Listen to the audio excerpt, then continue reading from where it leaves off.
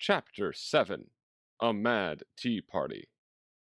There was a table set out under a tree in front of the house, and the March Hare and the Hatter were having tea at it.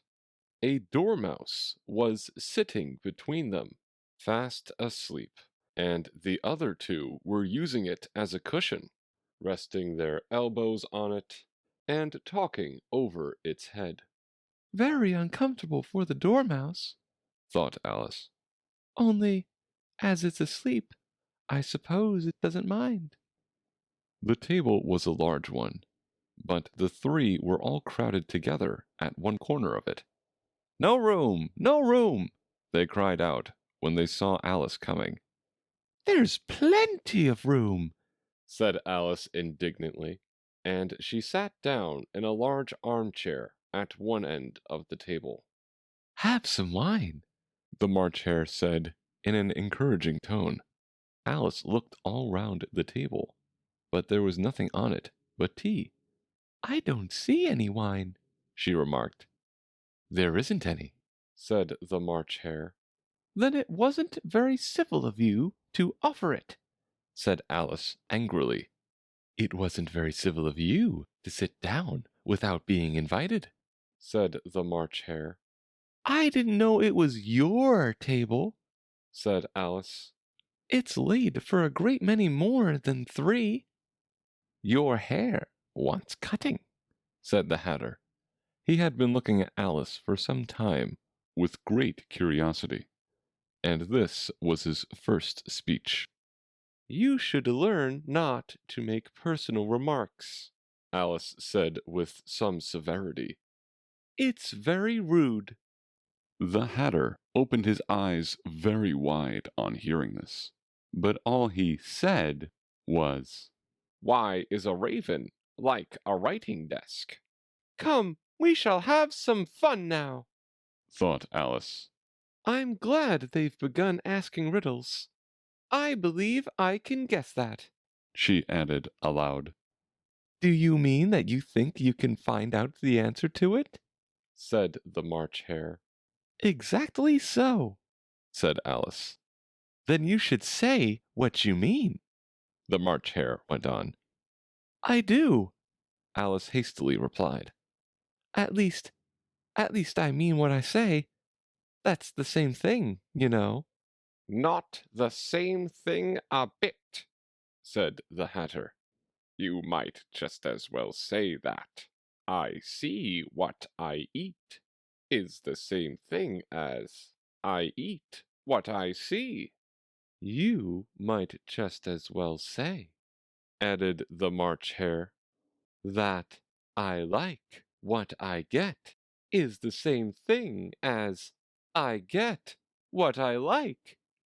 You might just as well say, added the Dormouse, who seemed to be talking in his sleep, that I breathe when I sleep is the same thing as I sleep when I breathe. It is the same thing with you, said the Hatter. And here the conversation dropped, and the party sat silent for a minute, while Alice thought over all she could remember about ravens and writing desks, which wasn't much. The Hatter was the first to break the silence. What day of the month is it? He said, turning to Alice. He had taken his watch out of his pocket, and was looking at it uneasily, shaking it every now and then, and holding it to his ear. Alice considered a little, and then said, The 4th. 2 days wrong, sighed the Hatter.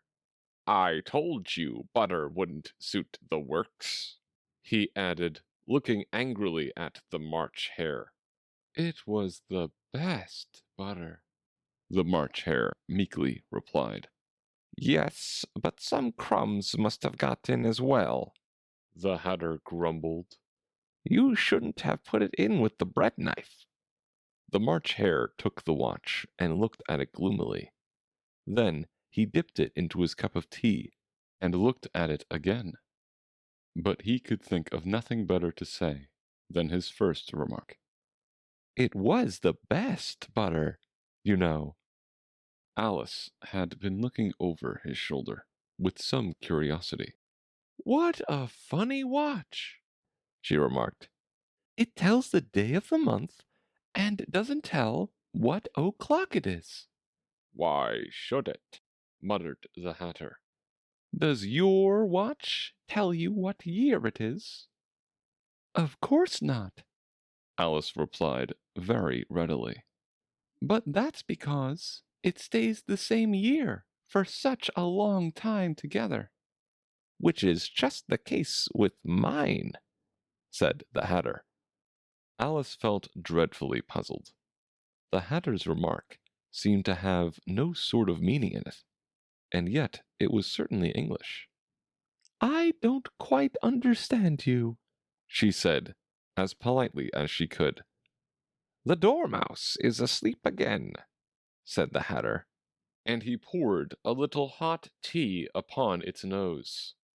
The Dormouse shook its head impatiently, and said, without opening its eyes, Of course, of course. Just what I was going to remark myself. Have you guessed the riddle yet?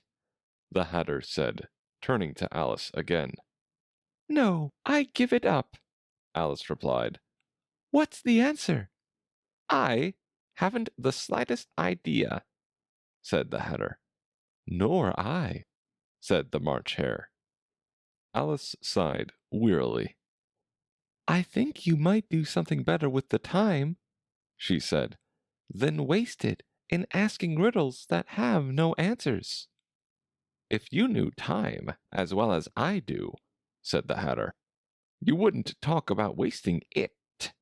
It's him. I don't know what you mean, said Alice. Of course you don't, the Hatter said, tossing his head contemptuously. I dare say you never even spoke to time. Perhaps not, Alice cautiously replied. But I know I have to beat time when I learn music. Ah, that accounts for it, said the Hatter. He won't stand beating. Now, if you only kept on good terms with him, he'd do almost anything you liked with the clock. For instance, suppose it were 9 o'clock in the morning, just time to begin lessons. You'd only have to whisper a hint to time, and round the clock goes in a twinkling. 1:30, time for dinner. I only wish it was, the March Hare said to itself in a whisper. That would be grand, certainly, said Alice thoughtfully. But then, I shouldn't be hungry for it, you know. Not at first, perhaps, said the Hatter. But you could keep it to 1:30, as long as you liked. Is that the way you manage? Alice asked. The Hatter shook his head mournfully. Not I, he replied. We quarreled last March, just before he went mad, you know, pointing with his teaspoon at the March Hare. It was at the great concert given by the Queen of Hearts, and I had to sing, Twinkle, twinkle, little bat, how I wonder what you're at. You know the song, perhaps? I've heard something like it, said Alice. It goes on, you know, the Hatter continued, in this way. Up above the world you fly, like a tea tray in the sky. Twinkle, twinkle. Here the Dormouse shook itself, and began singing in its sleep. Twinkle, twinkle, twinkle, twinkle. And went on so long that they had to pinch it to make it stop. Well, I'd hardly finished the first verse, said the Hatter, when the Queen jumped up and bawled out, He's murdering the time! Off with his head! How dreadfully savage! exclaimed Alice. And ever since that, the Hatter went on in a mournful tone. He won't do a thing I ask. It's always 6 o'clock now. A bright idea came into Alice's head. Is that the reason so many tea things are put out here? She asked. Yes, that's it, said the Hatter with a sigh.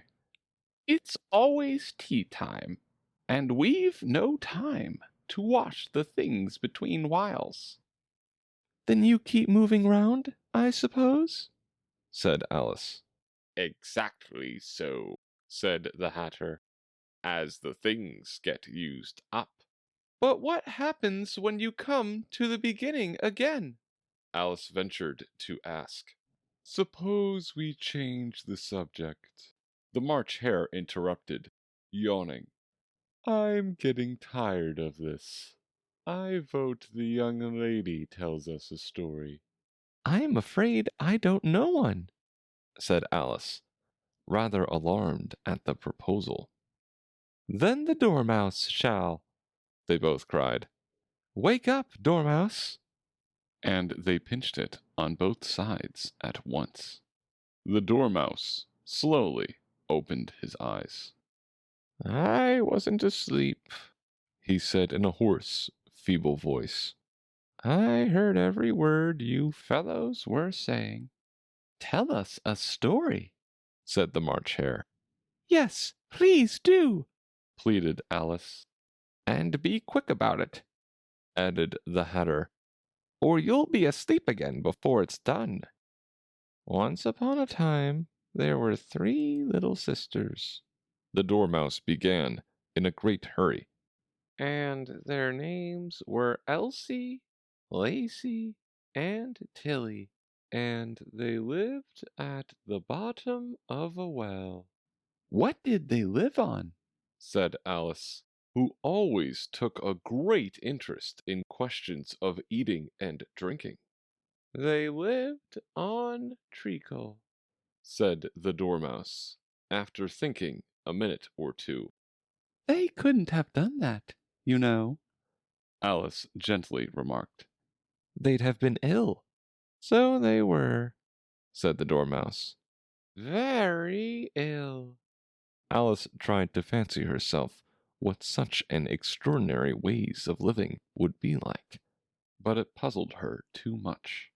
So she went on. But why did they live at the bottom of a well?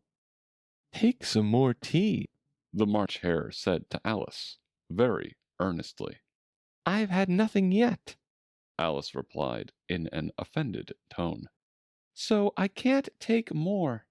You mean you can't take less, said the Hatter. It's very easy to take more than nothing. Nobody asked your opinion, said Alice. Who's making personal remarks now? The Hatter asked triumphantly. Alice did not quite know what to say to this, so she helped herself to some tea and bread and butter, and then turned to the Dormouse and repeated her question. Why did they live at the bottom of a well? The Dormouse again took a minute or two to think about it, and then said, It was a treacle well. There's no such thing. Alice was beginning very angrily, but the Hatter and the March Hare went, Shh, shh, and the Dormouse sulkily remarked, If you can't be civil, you'd better finish the story for yourself. No, please go on, Alice said very humbly. I won't interrupt again. I dare say there may be one. One indeed, said the Dormouse indignantly. However, he consented to go on. And so these 3 little sisters, they were learning to draw, you know. What did they draw? Said Alice, quite forgetting her promise. Treacle, said the Dormouse, without considering at all this time. I want a clean cup, interrupted the Hatter. Let's all move one place on. He moved on as he spoke, and the Dormouse followed him. The March Hare moved into the Dormouse's place, and Alice, rather unwillingly, took the place of the March Hare. The Hatter was the only one who got any advantage from the change, and Alice was a good deal worse off than before, as the March Hare had just upset the milk jug into his plate. Alice did not wish to offend the Dormouse again, so she began very cautiously. But I don't understand. Where did they draw the treacle from? You can draw water out of a water well, said the Hatter.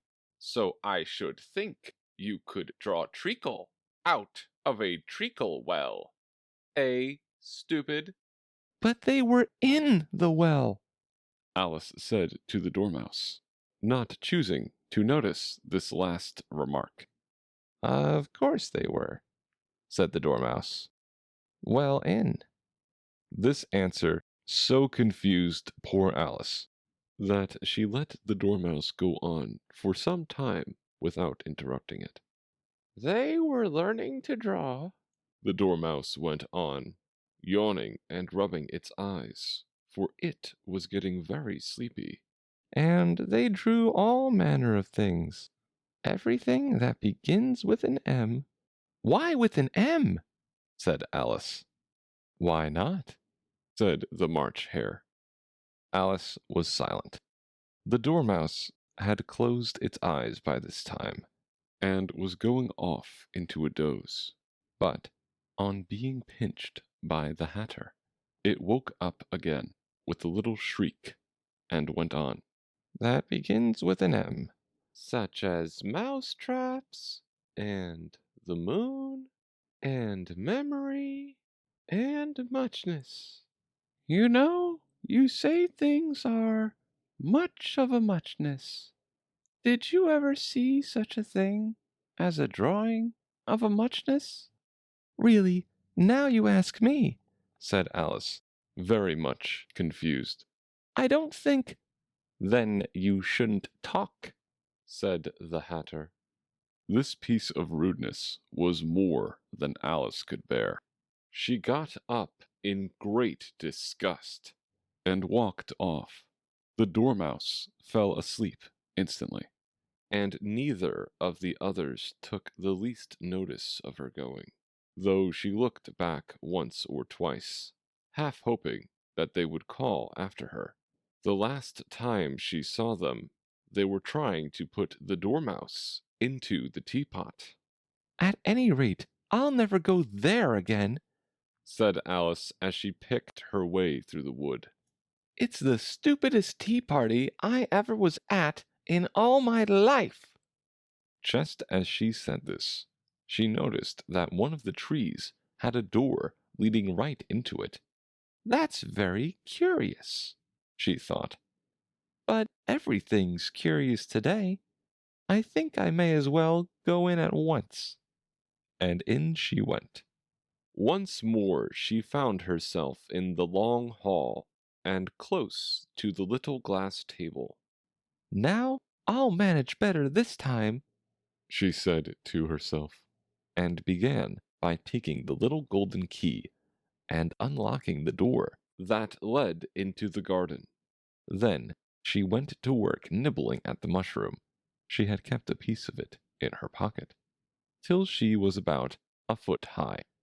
Then she walked down the little passage, and then she found herself at last in the beautiful garden, among the bright flower beds and the cool fountains.